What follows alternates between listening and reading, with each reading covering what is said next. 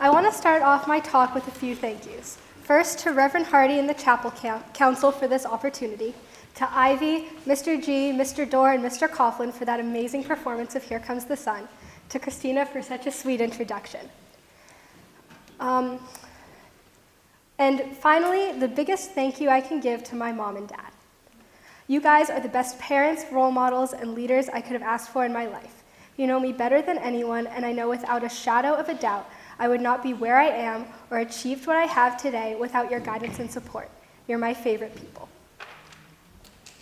Growing up, I wasn't the most fearless kid. I hated putting my head under water in swim lessons, refused to climb to the top of the jungle gym, and hated playing sports after I got hit in the face with a soccer ball in the first grade. I don't think these fears are that uncommon for little kids, but when I was 2, I stopped growing. I was off the charts, way too small on height and weight, and started to regress in walking and talking. It took months to get a correct diagnosis of celiac disease. Celiac is an autoimmune disease that affects the small intestines and the absorption of nutrition. This means I had to adhere to a strict gluten-free diet. So this meant a new, less common fear: gluten. When I was first diagnosed in 2008, celiac was relatively new.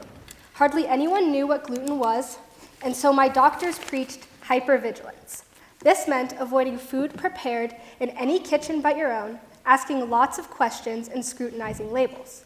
For my parents, whose only child had just been diagnosed with a fairly rare autoimmune disease, they took this advice very seriously. For most of my young childhood, we rarely ate out, aside from 1 or 2 restaurants where we'd interrogated managers and chefs about the menu. I brought my own food to all events and family gatherings, and we handmade pretty much everything. I'm so grateful to my parents during that time because even if I couldn't eat the actual food at a birthday party or camp cafeteria, my parents tried to make sure I had something just as good, if not better. Once, in first grade, I was at a birthday party, eating the cupcake my mom had prepared for me while all the other kids were eating sparkly rainbow cupcakes. A classmate asked me if I was sad I couldn't eat a colorful rainbow one. I responded, "No, my cupcake is much bigger." However, as I got older and more independent, maintaining that hypervigilance got harder mentally. There were times when the thing I wanted most was to just be like everyone else and eat what they were eating. So we adjusted. As I was growing up and my life was changing, so was the world. The idea of a gluten-free diet and food allergy protocols became more mainstream. But my outlook changed too. It is by no means pleasant when I eat gluten. The sickest I have ever been came from accidentally eating a gluten-containing frozen pizza. But I learned that, although uncomfortable, it's not necessarily the end of the world. Sometimes it's a worthwhile sacrifice for the opportunity of new experiences. Constant caution may have meant I was never sick, but it also created so much stress and distrust in my daily life. Never getting sick is not worth never truly living. I and my family learned to trust food from outside our kitchen and how to take educated risks. I started going to sleepaway camp when I was 10, and I've been able to travel the world. It hasn't always been perfect, and inevitably I've gotten sick. On my very first day of freshman year, there was a mac and cheese mishap. In the height of COVID, the dining hall had a lot to handle, and allergy meals somewhat slipped through the cracks. That afternoon, I found myself throwing up in the dance studio garbage bin while Ari Hahn watched in horror.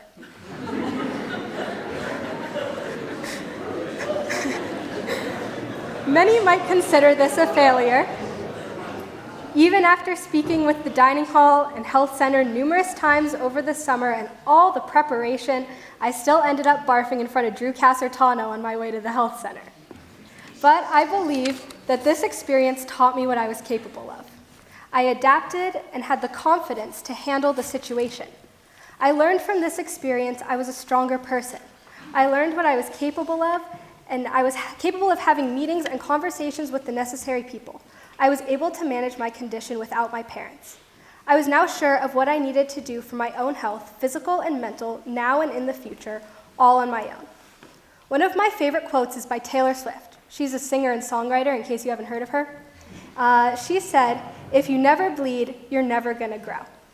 I have grown to believe this not just in regards to celiac, but every facet of my life. It is always possible to grow from your failures rather than shy away from them. And even if you are sure you won't fail, you still can. These are the experiences you can learn from the most. For example, at the end of my sophomore year, I applied for peer supporter. I stupidly felt so confident I was going to get selected. I did not. When I got the email from Mr. Tom saying I would not be peer supporter the following year, I was devastated. All of my friends got leadership roles, and I was the one person with nothing. I felt like such a loser. I believe the problem was my world was too small. I'd created my own little bubble where I was so overly confident, but I hadn't branched out. I didn't try new things. I hadn't made friends with people that I didn't have something immediately in common with. I was just in my own world. In other words, I needed to grow up and get out of my comfort zone. You never know what you will find by doing so. As aforementioned in this chapel talk, I'd pretty much sworn off of sports my entire life. I had a brief stint in middle school soccer and tennis, but honestly hated both. By the time I got to Millbrook, I never wanted to set foot on a field, court, or rink ever again. Every season here, I've done theater or dance, and I've honestly loved every minute. But this semester, I needed a change. So I'm doing JV lacrosse. If you want to see the most pure look of shock I've ever seen on anyone's face, go tell Mr. Morrissey Lily Sleepoy is on the lacrosse roster. Now, it has only been a week of spring sports, and I can still confidently say I have not discovered my hidden talent. However, I'm having so much fun. I'm so grateful to go to a school like Millbrook, where I can try new things. They allow us to grow into the best versions of ourselves all on our own and support us even when we fail. Whether it's applying to a competitive college, trying a new sport, auditioning for the musical, or taking a harder class, they give us room to grow. They give us the freedom to discover ourselves and the community to support us and catch us before we fall too far.